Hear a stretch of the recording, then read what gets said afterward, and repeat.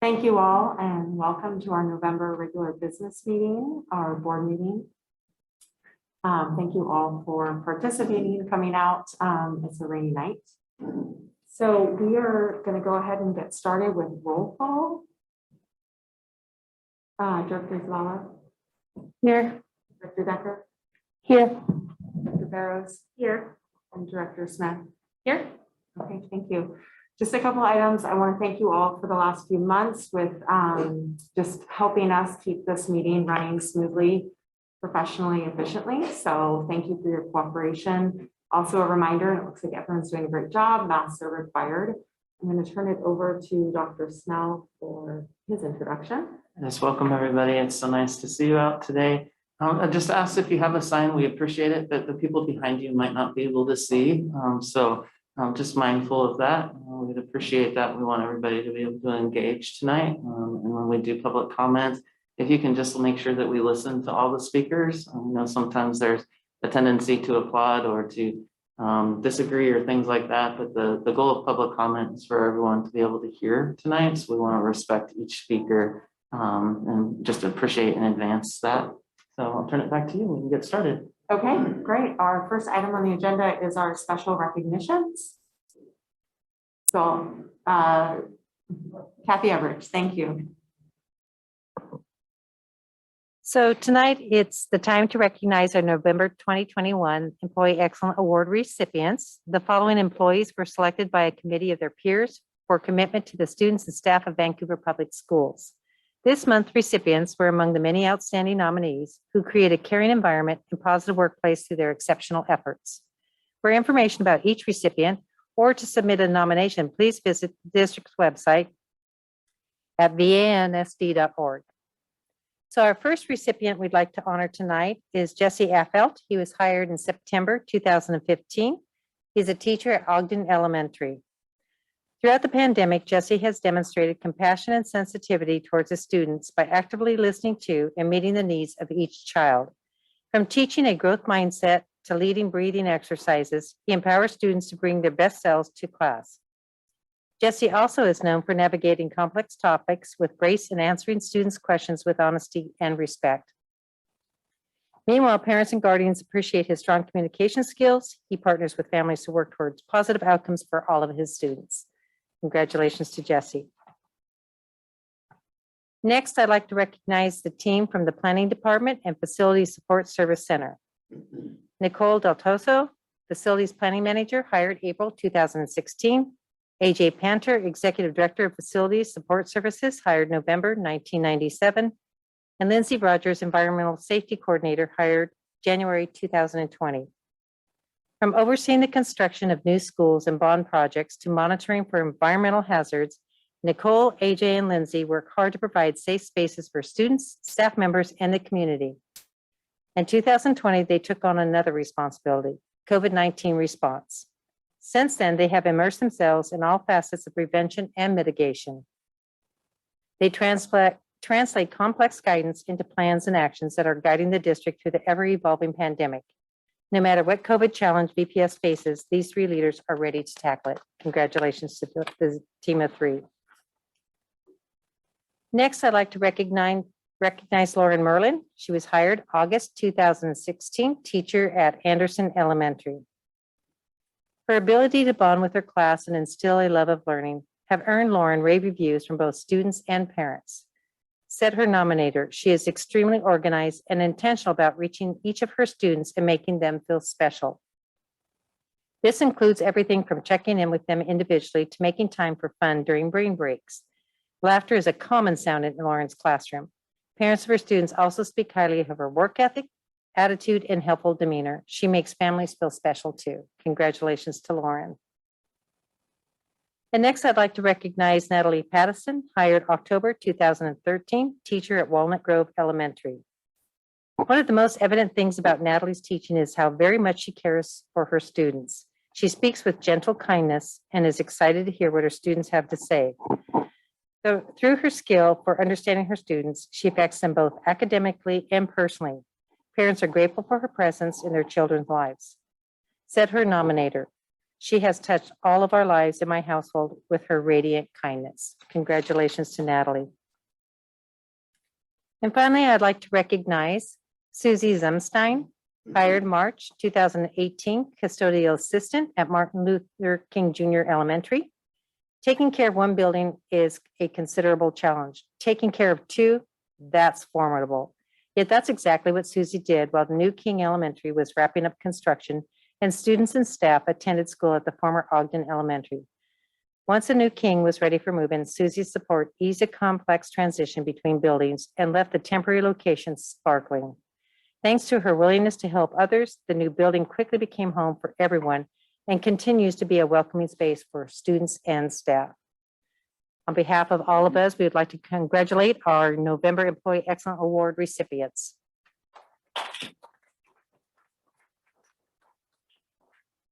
Thank you. Thank you so much. So our next item on the agenda is our public comment.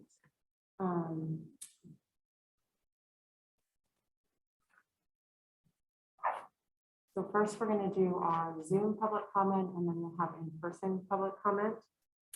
Citizen comments is the time in our meeting where the board and administrative staff like to hear comments from the public. If you wish to address the board and do not have an opportunity to sign in at the start of the meeting, please do so now. Because most matters require fact-finding and review, the board is not able to respond to any public comments made at this time. Additionally, the state's Open Public Meetings Act restricts deliberation on topics that have not been placed on the publicly noticed agenda in advance. If follow-up action is necessary, the board will ask the superintendent to work with the administrative staff to consider the information and respond accordingly. As a regular business meeting of the board, we expect the audience to conduct themselves professionally and courteously. Additionally, speakers are expected to be respectful. The board asks that personnel complaints be submitted in writing. Disruptive conduct may cause the meeting to be adjourned and all audience members to be removed. We don't want to have that situation. We ask that you approach the podium and state your name for the record. Please also state your affiliation with the district. You will have 3 minutes to make your comments. If you hear a chime, please conclude your remarks. If you have materials or additional comments you would like the board to review, please hand them to the staff in the back of the room. This information will be provided to both the superintendent and the board. We appreciate, listen, and care about the broad range of perspectives in our community, and we thank you for your comments. Just a couple other housekeeping items on this. Many of the topics that we found, that many of the topics that are raised during public comment are also addressed at the end of the meeting in the superintendent's report. And we welcome you to stay just to hear what the district is working on. Additionally, I just want to clarify, we're here to listen and we want to hear all of your feedback. But I did want to clarify that some of the topics that have been popular in public comment aren't matters for local jurisdiction. Vaccine mandates, mask mandates, those are set by the state. So with that, we will proceed forward. Our first public comment is Alicia Meadows via Zoom.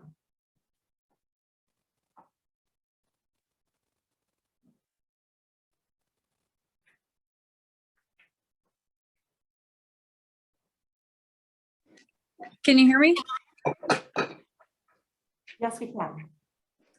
Okay. Hi, my name is Alicia Meadows. I'm zooming in today to talk about some issues that I'm having with my children. Vancouver Public Schools, you have failed both my children. I had to remove my oldest son from Minnehaha Elementary and file an intent to homeschool, in which my child is now thriving and is loving to learn. The reason I had to do this is because I asked for a new teacher after having issues with the last teacher. The new teacher, Mr. Sapiro, told me that he was very nervous to have my son in his class because he has seen that I've gone to school board meetings and I speak at them frequently. He also seen me post online and disagrees with what I've posted on. He has also stated back in February, it is Black History Month, and he knows in the past I've had issues with a teacher wearing a BLM mask at school, and he insinuated that I'm racist. I have many friends of all different colors and backgrounds, and that has never been an issue for me. My issue is the protests that were breaking out last summer that were getting out of control, that is not something that needs to be taught in our kids' school. The garbage coming out of his mouth didn't stop there. He then said I would have to sign an agreement that I would not be talking about the things that he is teaching in his class, and I would not be going on social media about the things that I was hearing from my child. What's that?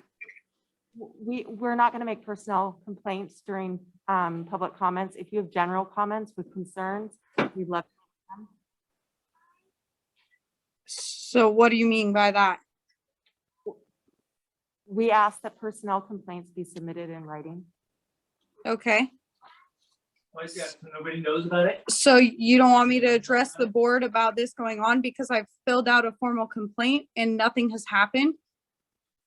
You are welcome to share concerns generally, but we do not accept personnel complaints in public comment. Okay, so here's the rest of it then. So my next concern is my son who has an IEP. You guys refuse to accept his doctor's note saying that he can go without a mask and without a face shield. And why is it that your guys' school board in your school district is refusing to allow people to go to school without a face mask and face shield, even though they have a doctor's note?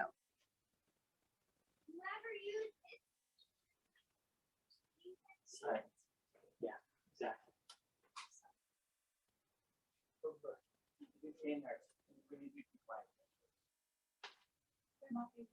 So I yield my time to Melanie Gabriel whenever it's her turn. So where's the response? Nothing. Great.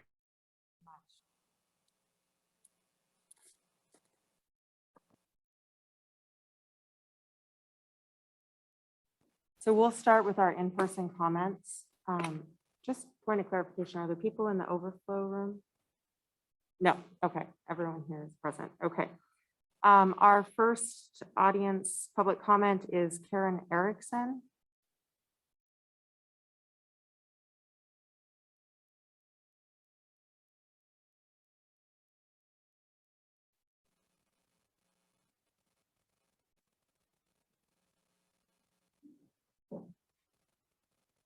When you're ready, please state your name for the record and you'll have 3 minutes.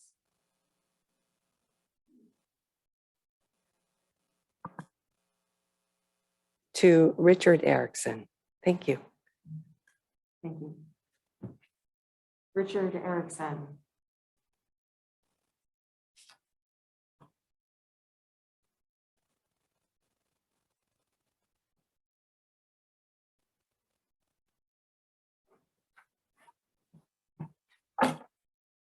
Before I start, Richard Erickson, Vancouver, 98685.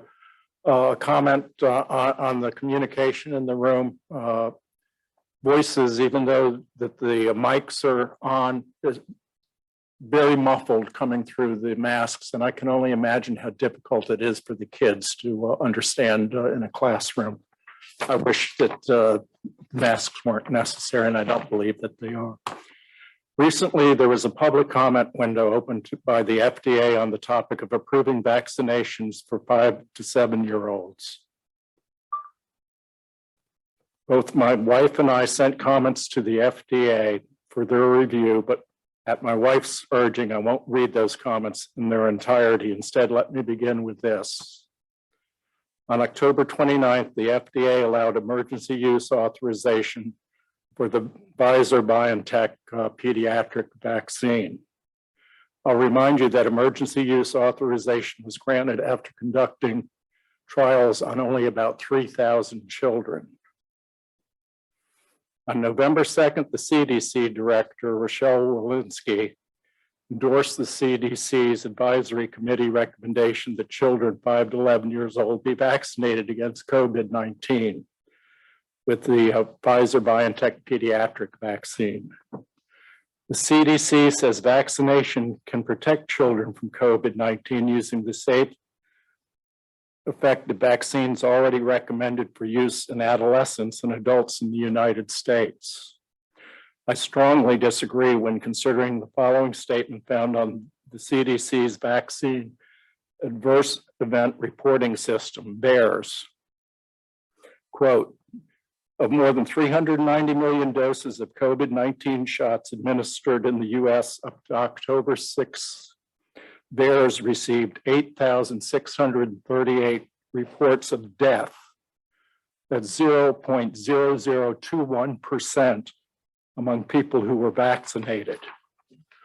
Notice 0.0021% is a very small fraction, but results in a very large number when applied to 390 million doses given to individuals.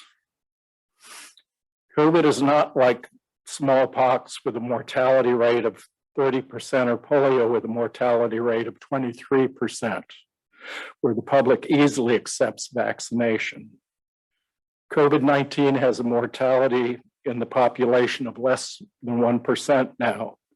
And in fact, the CDC says that those under 18, the average mortality rate over the past 3 years is the same as it is for seasonal flu, or about the same as it is for COVID-19. The following information you may have already heard and are likely to hear repeated. There are clear risks from giving these emergency use authorized shots to children, especially while benefits remain unclear. Remembering how Columbia River had the Ridgefield vaccine clinic from parents, I'm asking you, as our school board representing us, do not promote these shots for K through 12 students within high school assets. Do not have clinics before, during, or after school.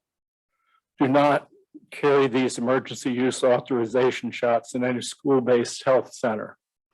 Also, do not include emergency use authorized shots in any school-based health center or service, like sports physicals. Do not allow student, parent, or other supposedly well-meaning groups to hold clinics on VPS property. There are plenty of other ways for the super paranoid, unscientific parents to get the shot outside of schools. Many labeled as anti-vaxxers are in fact in favor of vaccination where it is warranted and is effective in reducing severity and death from COVID-19. Data does not clearly suggest vaccinating children will save lives. For the younger generation, sensible policy and good medical practice should adhere to the Hippocratic Oath to protect life and do no harm. There's no scientific evidence supporting vaccinating all those under 17. Personal physicians should be allowed to practice medicine on an individual medical history and balancing potential benefit against possible harm to the individual. Long-term effects for new vaccines traditionally require 3 years or more of testing and review before being approved. COVID-19 may be devolving to less lethal but a more communicable virus.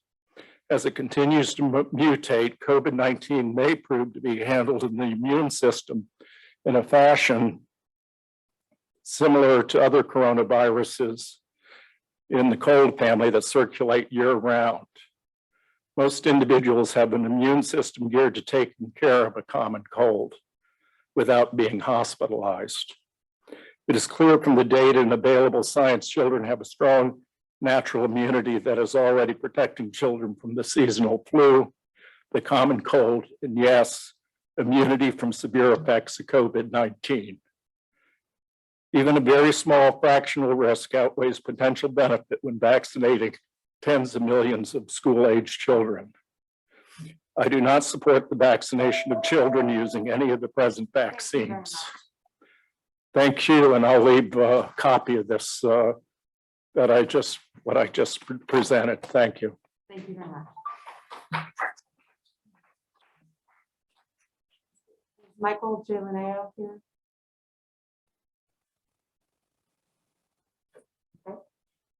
Megan Gabriel.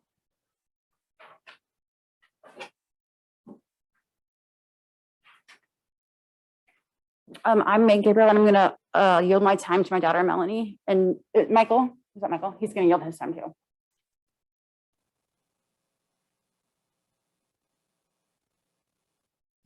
I'm Mike Giuliano, and I'm yielding my time to our Melody.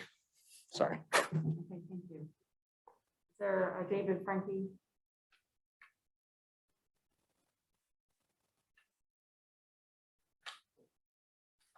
My name is David Frankie. I'm yielding my time to Melanie. Okay, Melanie and Gabriel, you'll have 12 minutes.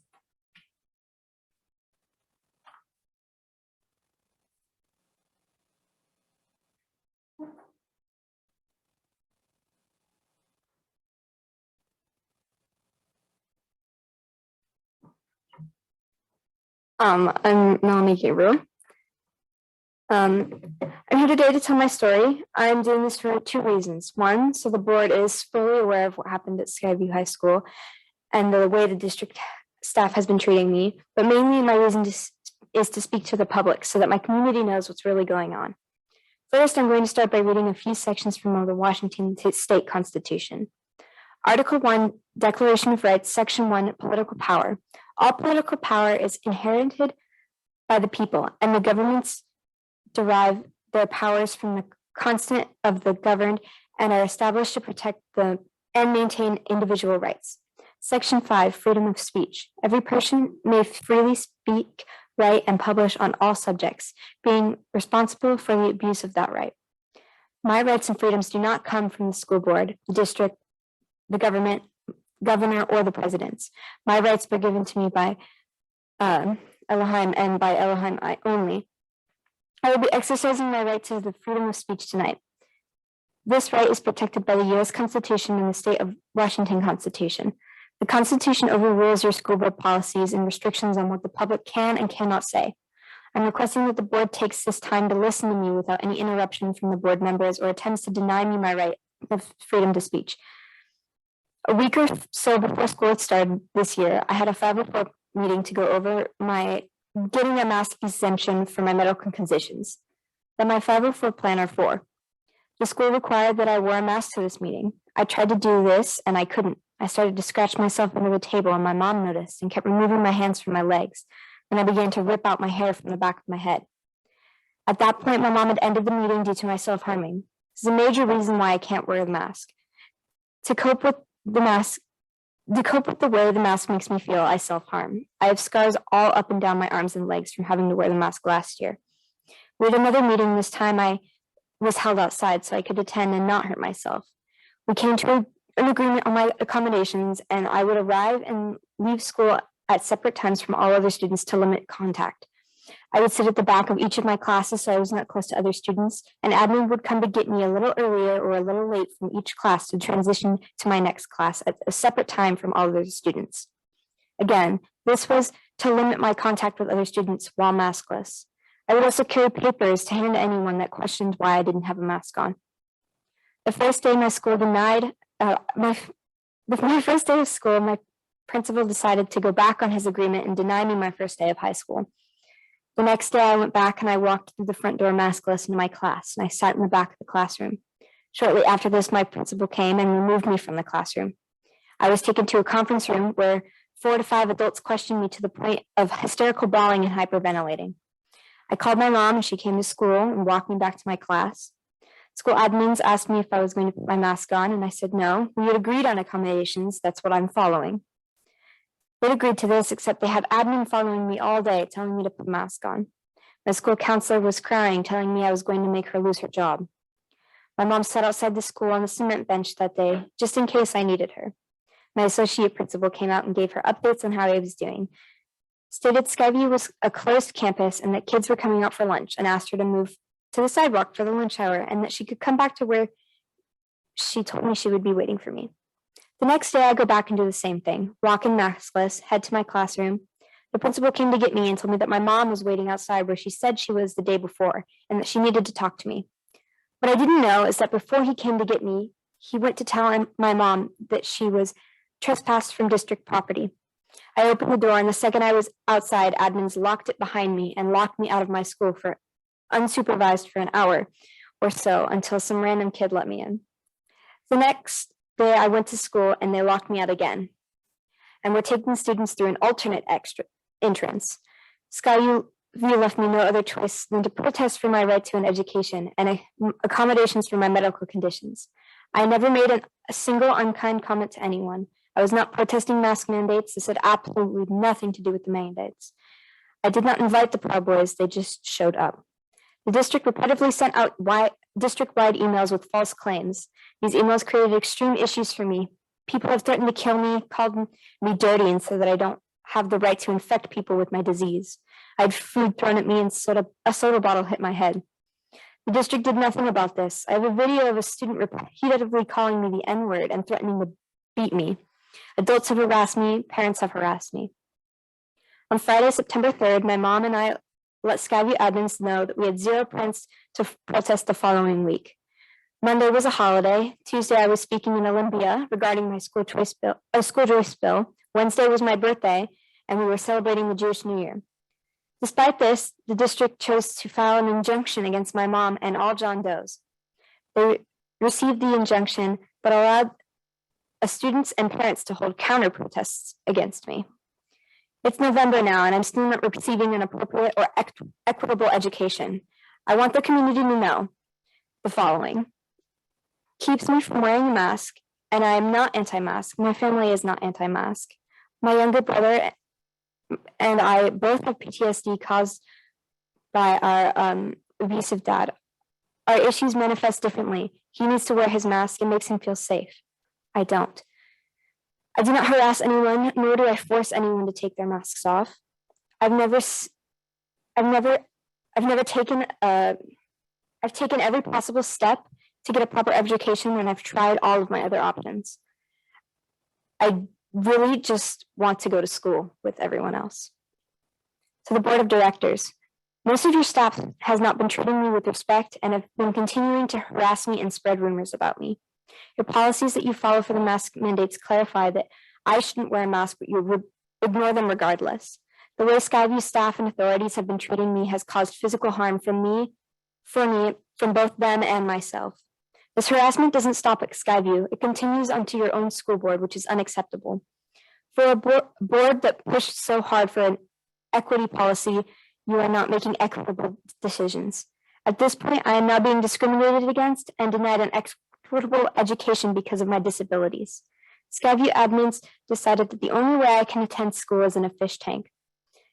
They refused to put me in my mainstream classrooms. I was removed from the SMT magnet program that I applied to and was accepted in, but they put me in a credit recovery class for failing seniors. I'm a freshman.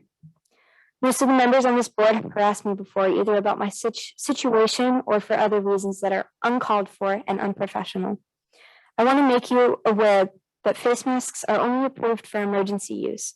Medical devices such as a mask are not FDA approved, cannot be mandated, and a person cannot be forced to use EAU devices. You cannot force students to wear a mask, and you most definitely cannot discriminate against a student for not being able to wear a mask due to a medical issue. I'd also like to make you aware that the staff at Skyview are not following the mask mandates. Several teachers wear them below their nose, and I will not state the staff member's name or positions during the meeting. I will not state the staff member's name or positions, but during the meeting at school with them, their mask fell off. This staff member made the choice not to put their mask back on, and also allowed me to be maskless the entire time. When the staff member went to walk me back to my fish tank, they stated, "Now remember, we're not going to tell anyone we were maskless together." I'm no longer asking, I'm demanding my rights to be restored immediately. 1, I need an equitable education, just like every other student in my SMT classrooms. I'll take my fish tank with me, but I would deserve to be in the program that I was accepted into. 2, rumors and misinformation about my situation should be cleared up. 3, staff and students and board members should all be held accountable for the bullying and harassment. 4, my freshman year's grade should not be 100% counted for, or I should receive help with catching up. 5, my mental health conditions should be validated. I should be able to go to school without wearing a mask while still following your guidelines. Finally, I would like to formally request a mediation with the district regarding your refusal to provide a free, appropriate public education that is also equitable. Thank you. Thank you. Katie Bauer.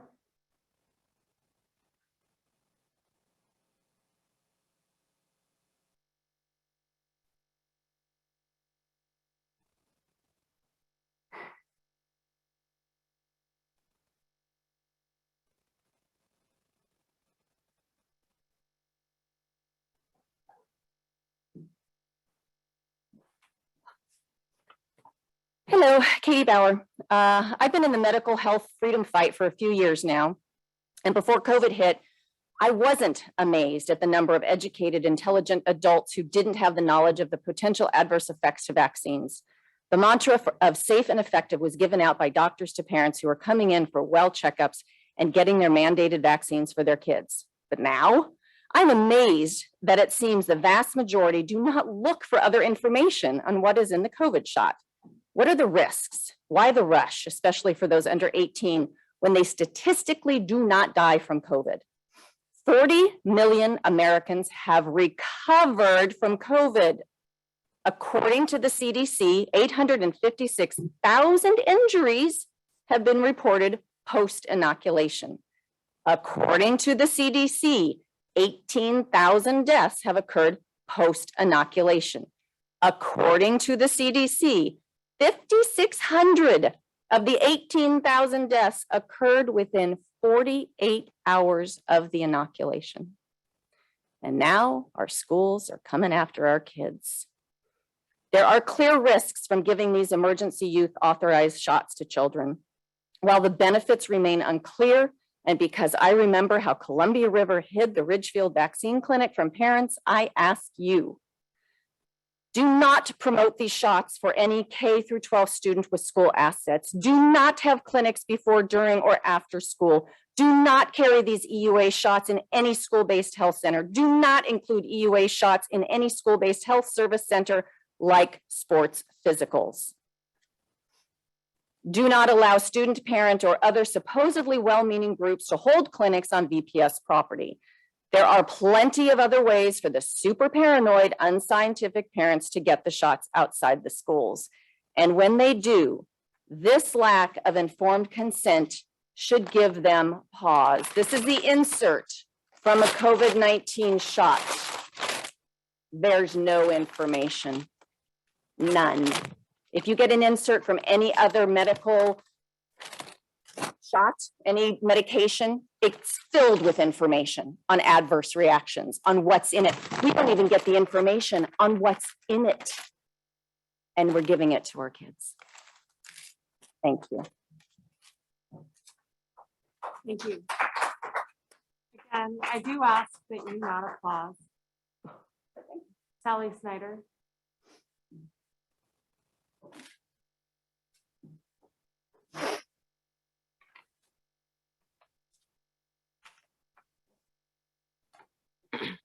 My name is Sally Snyder. The 2018-19 overall Vancouver School District student performance from OSPI for students meeting grade level standards for English is 53%, science 44%, and math 42%. Is the district focused on academics? On today's agenda, the district will spend $9 million on more laptops. Will they be porn-free? $51,870 for 6-drawer nurse treatment carts. There are approximately 40 schools in the district. If there is one cart for each nurse at the school, that's over $1,200 for a supply cart. Could the board please explain this expense? The district is spending $175,206 plus tax for spot vision screeners, allowing every nurse to have a spot vision screener at their disposal. Is this a machine for testing at the annual vision screenings? Could the board explain this expense? Maybe the money would be better spent on 22 teacher aides and focus on improving the failing OSPI academic numbers. Kids go to the doctor for their health care. School is for academics. The district is still focused on discriminating against kids by forcing perfectly healthy students to have 30 emergency use authorization COVID tests, 30 swabs shoved up their nose in order to play school sports now. This is unconstitutional, immoral, and disgraceful. There are clear risks from giving these emergency use authorized shots to children, while the benefits remain unclear.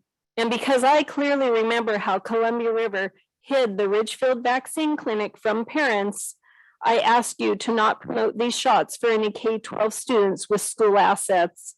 Do not have clinics before, during, or after school. Do not carry these EUA shots in any school-based healthcare room.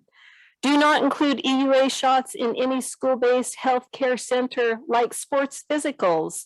Do not allow ASB students, teachers, parents, or other supposedly well-meaning groups to hold clinics on VPS property.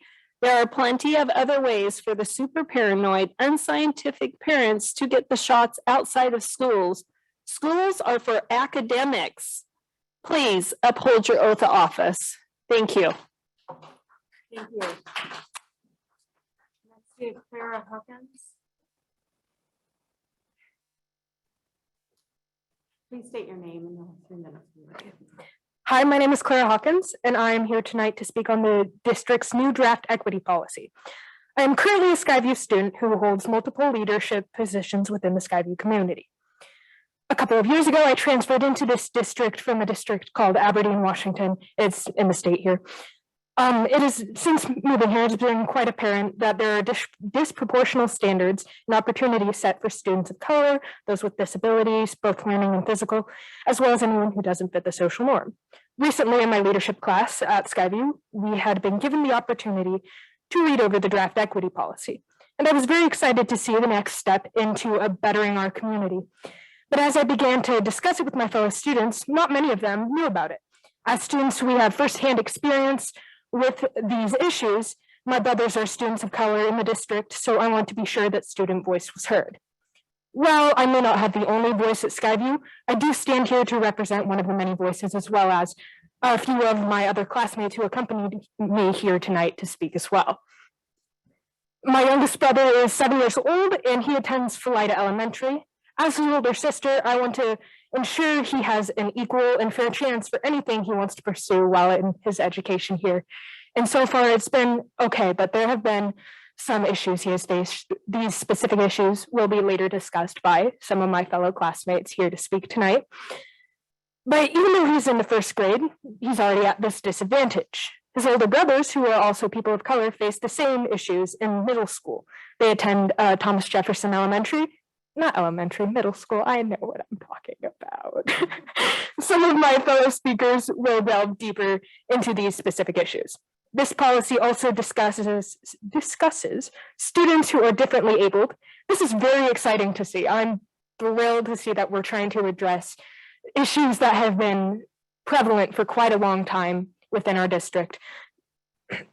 This draft does need revision, however, given it is just a draft. Some of these revisions will be suggested by my fellow classmates who will speak later, in attendance actually. But I really do want to thank the board and the district for attempting to better our community. I greatly appreciate it. And I would love to yield the rest of my time to Rachel Drubay, but thank you guys so much for your ear and listening. Thank you. Next we have Rachel Dubay.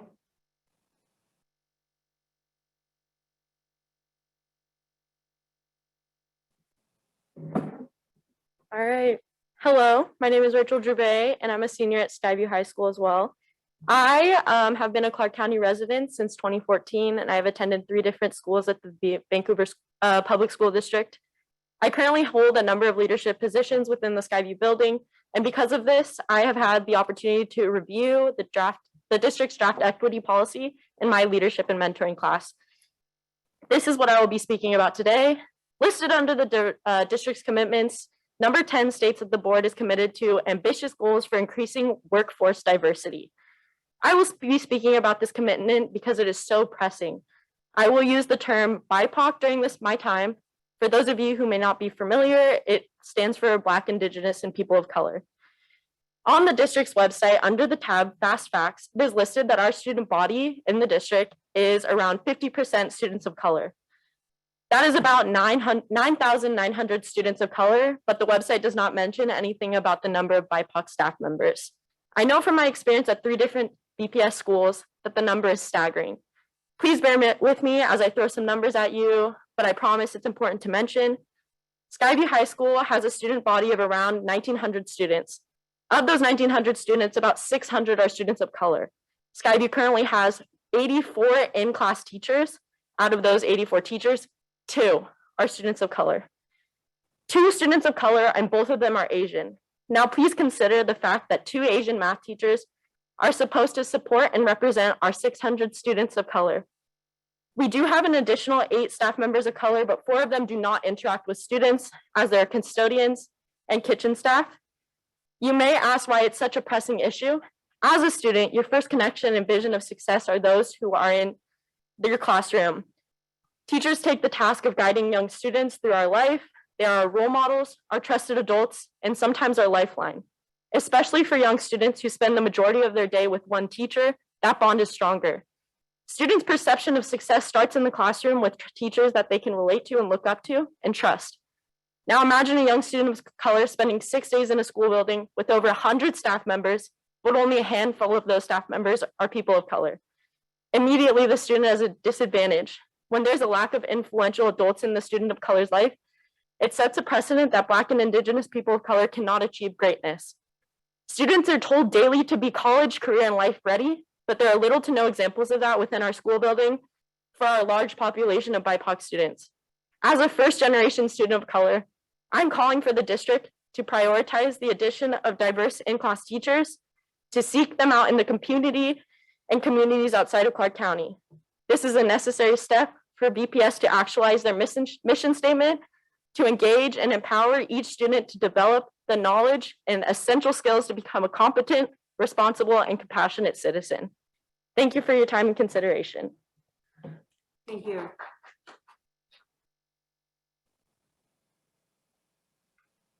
Peyton Purdue.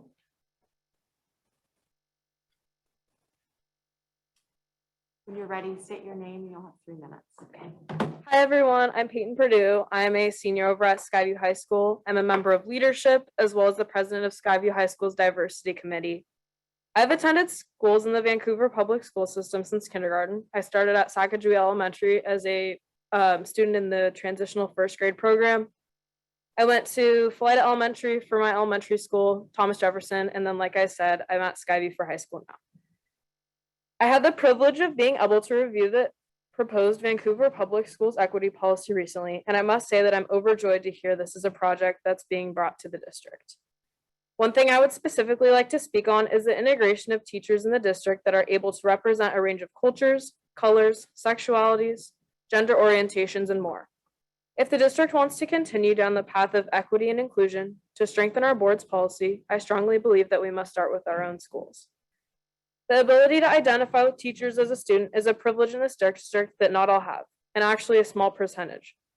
As mentioned by Rachel, the statistics of teachers who are white, cis, or straight in comparison to teachers who are BIPOC, queer, and gender diverse is simply staggering. I would like to suggest implementing programs and outreach projects that encourage employment for teachers, administrators, and other employees in our district that students can see themselves in. The future is in the hands of our students, but how can we expect success when they're not represented in our district? Simply discouraging. And as I stand here today, I urge the board to consider the benefits of prioritization of diversity in our school district's employees throughout all positions. I stand before my community today to ask you to use your voice to help strengthen the equity policy through better representation of our district students through our district staff. I thank you so much for your time today, and I'm greatly overjoyed to see the changes in our district as we continue to evolve as one. Thank you. Thank you. Grace Nettily. Okay, I apologize. I couldn't hear you. You'll have 3 minutes when you're ready. Please state your name for the record. Okay, great. Hello, everyone. My name is Grace Kettlety. I'm a current Skyview senior who is new as of last year to the Vancouver School District. I'm privileged to hold several leadership positions in Skyview. I am in leadership and mentoring class, a part of the diversity committee club, which Peyton is the president of, and I'm a section leader in the chamber choir. Had to throw that in there. I'm here today to speak about the drafted equity policy for VPS. I was very pleased and excited when the school board wanted our leadership classes feedback on the equity policy.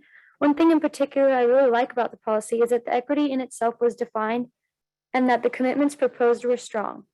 Although I have not been a part of VPS for long, as I had transferred from the Battleground School District last year, I immediately noticed to my dismay that students of color are treated differently in Skyview halls and classrooms.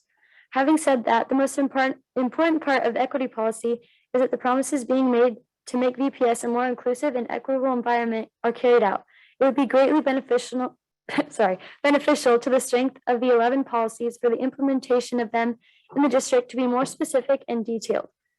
For example, the first policy mentions equitable student-centered district programs. This is a significant first step. However, including the specifics of the proposed programs is essential as it displays the board's commitment to following through on these promises. The unspecification of how the policies are going to be carried out is a general theme I noticed upon reading the draft and something that I would love to see built upon further. All that being said, I greatly appreciate the opportunity to speak today in this meeting and hope that my feedback and contributions, as well as my peers, are helpful as we move forward toward this positive change in our district. Thank you for your time and consideration. Thank you. Next, we have Hanari Kim.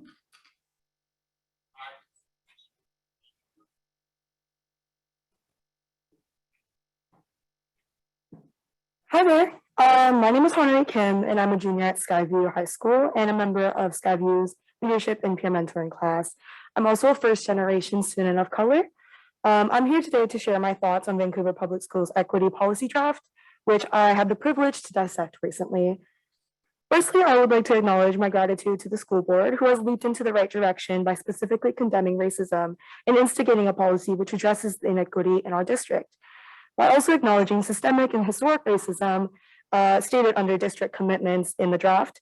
It shows the board's attempt at improving the climate in our schools. That being said, I'd like to share my input on the district's 11 policies. Firstly, there is a lack of specificity in the policies. For example, policy 6 states the implementation of additional processes to improve school culture and climate, which has an absence of how and what. What are these additional processes and how will they be implemented? Additionally, it's important to analyze and acknowledge why inequity occurs, along with implementing more policies which prevents the problem from occurring at the level that it does currently.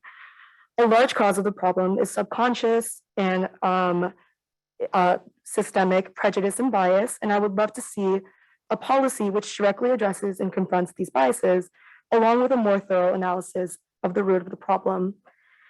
I'd like to challenge the school board today to think like a student rather than an administrator, as it will help prioritize the perspective of those who are affected by this the most.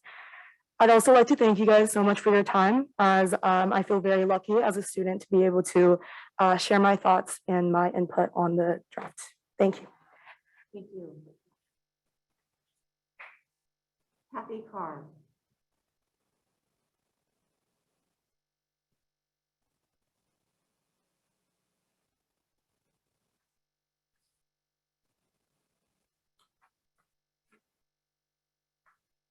Okay, next up is Jade Phillips.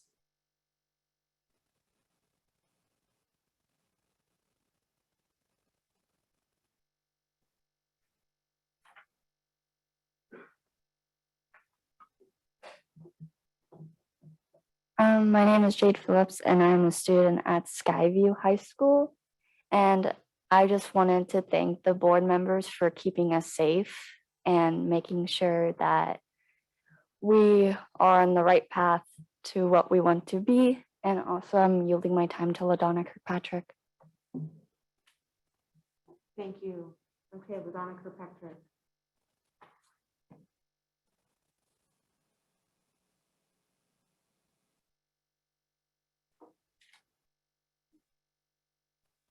Hi guys, my name is LaDonna Kirkpatrick and I am a parent at Skyview High School. And at first I want to congratulate Wendy and Sandra on their wins this week and thank all the VPS residents that showed up for them and voted. It was a vote to keep our children and our community safe and healthy and to protect all children's education from fascist views of some parents and community members. It seems that people need to be reminded that public schools were founded in this country to make sure future generations of citizens have an appreciation for democratic values. Understand what we have in common as Americans and as human beings so we have the skills to be productive members of society. History science, current events, and even sex ed should be taught in a way that represents all people. After all, there are simply too many opinions, philosophies, moral stances, and educational theories out there for the public schools to accommodate all. As our nation grows increasingly diverse, we need public schools to bring us together and show us what we have in common and help create dialogue with people with different backgrounds, views, and customs. We need teachers to bring our children together and help our children understand what they are seeing in the world today. Remember, adherence to democratic values is not automatic. It needs to be taught to each generation. If you are really opposed to the very concept, there are other options for your family, such as homeschooling or private schools. It's absolutely ridiculous to expect schools and teachers to only teach these topics in a manner in line with beliefs of a few outspoken critics. It is impossible and unrealistic. I don't agree with every teacher, every test, or every lesson, but I understand the benefits of free, quality education. I understand it comes with trade-offs. That's life, though. Those disagreements give me ample opportunity to pass important life lessons to my children. One lesson I was taught over and over again by my grandparents that I think a lot of people don't acknowledge today is that life just isn't fair. One of the most practical lessons they ever taught me. Now that voters have had their say and rejected all of this anti-mask, anti-critical race theory nonsense, we need to focus on issues that will make a difference. People here at the lectern every month complaining about mask requirements and their individual rights. Masks aren't about individual rights. A mask is like a condom. If someone in a social setting says you need one to participate, you need one to participate. Your freedom to choose not to wear one stops at the other person's. Oh man.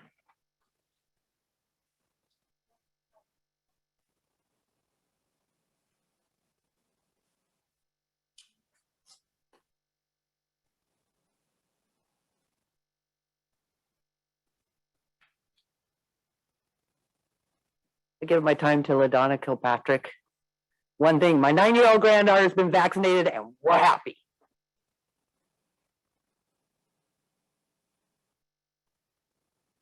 A point on yielding, just for clarification. If you have someone that's going to yield to you, please have them go up first and then we stack the minutes that way. Thank you. Okay, I'm back. Let me finish this. Okay, so a person's unwillingness to risk exposure to whatever you might be carrying. Forcing your own precipitation, while using to wear the requested protective item is a violation of another people's body autonomy. By being here unmasked, you're violating people's rights with your belligerence. Mask mandates are set by the state level anyway, and there's nothing this board can do about them. So take your protest to Olympia, drop it, and it's time to move on. We need to help support paraeducators in our district. We need to acknowledge the boy who showed up 2 months ago to plead for paint for his school stadium. These things have been drowned out by all this anti-mask, anti-CRT rhetoric over the last few months. Remember, public schools' jobs is to keep all students safe and to teach everyone. They need to be inclusive and equitable to everyone, not just a select few. The majority of people who voted are in favor for protecting our vulnerable children and community. They are in favor of the policies and the initiatives of the current board, or perhaps staunchly opposed to the positions held by challenging candidates. Hopefully we will be vaccinated in the near future and some of these safety measures can ease over time. It seems that most kids don't mind and the adults are throwing tantrums. You talk about high school students wearing them outside, nobody makes them, they just forgot to take them off. That's how accustomed to it that they are. And thanks to a large part of those who refuse to comply with safety measures and keep dragging this out, remember, if you want to help your kids, your own attitude will serve as an example to them. Help them adjust to rules of living in this society and under these conditions. Life may not always seem fair, but your rights ain't being trampled on just because you don't like something. Thank you.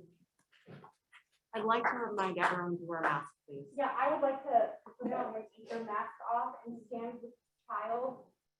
It's not okay. None of this is okay. Put your mask. Okay, I'm not putting my. So we're gonna take a brief recess, reset the room. Masks are required.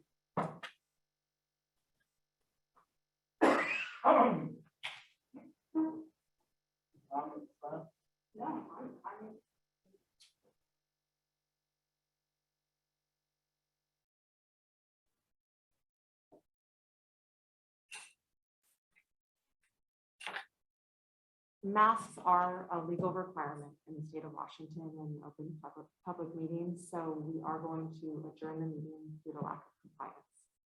Thank you very much. Have a good night.